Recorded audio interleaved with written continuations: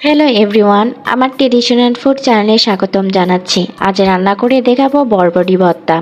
আমি কিভাবে বরবটি ভর্তা রান্না করি সেই রেসিপিটি শেয়ার করব। বরবটি ভর্তার জন্য আমি এখানে 300 গ্রাম বরবটি নিয়েছি। এগুলো ছোট টুকরো করে কেটে নিব। বরবটি টুকরো করে কেটে নিয়েছি। রান্নার জন্য কড়াইতে ধুয়ে রাখা বরবটিগুলো দিয়ে দিচ্ছি। দিয়ে দিচ্ছি 4টি কাঁচামরিচ আর স্বাদ মতো লবণ। দিয়ে দিচ্ছি সিদ্ধ হওয়ার জন্য হাফ কাপ পানি।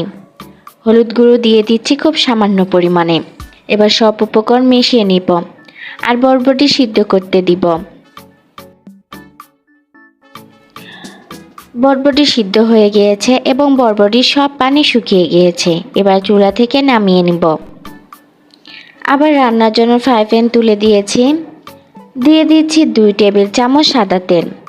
তেলের মাঝে দিয়ে দিচ্ছি 4টি শুকনো লঙ্কা। লঙ্কাগুলো ভেজে নিব। শুকনো লঙ্কা ভাজা হয়ে গিয়েছে, উঠিয়ে নিব। এরপর দিয়ে দিচ্ছি 1/3 কাপ দেশি রসুন। এখানে আমি দেশি রসুনটাই নিয়েছি। আপনারা বড় রসুন দিয়েও ভর্তাটি তৈরি করতে পারবেন। রসুন 1 মিনিটের মতো ভেজে নিব। এবার দিয়ে দিচ্ছি 1/3 কাপ পেঁয়াজ কুচি। পেঁয়াজ ও রসুন একত্রে ভেজে নিব। পেঁয়াজ ও রসুন ভাজা হয়ে গিয়েছে, এবার উঠিয়ে নিব। এবার পানে দিয়ে দিব সিদ্ধ করে রাখা বরবটি।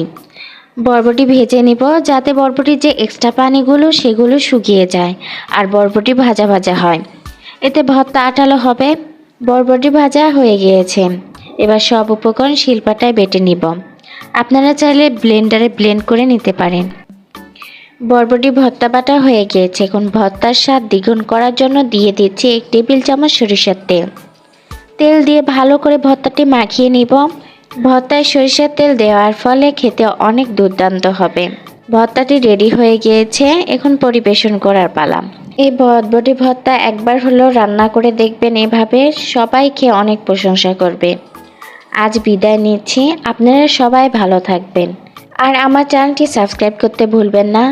লাইক, কমেন্ট এবং শেয়ার করবেন, কারণ আপনাদের একটি কমেন্টই আমার সামনে এগিয়ে যাওয়ার অনুপ্রেরণা যোগায়। প্লিজ আমার চ্যানেলটি সাবস্ক্রাইব করে দিবেন।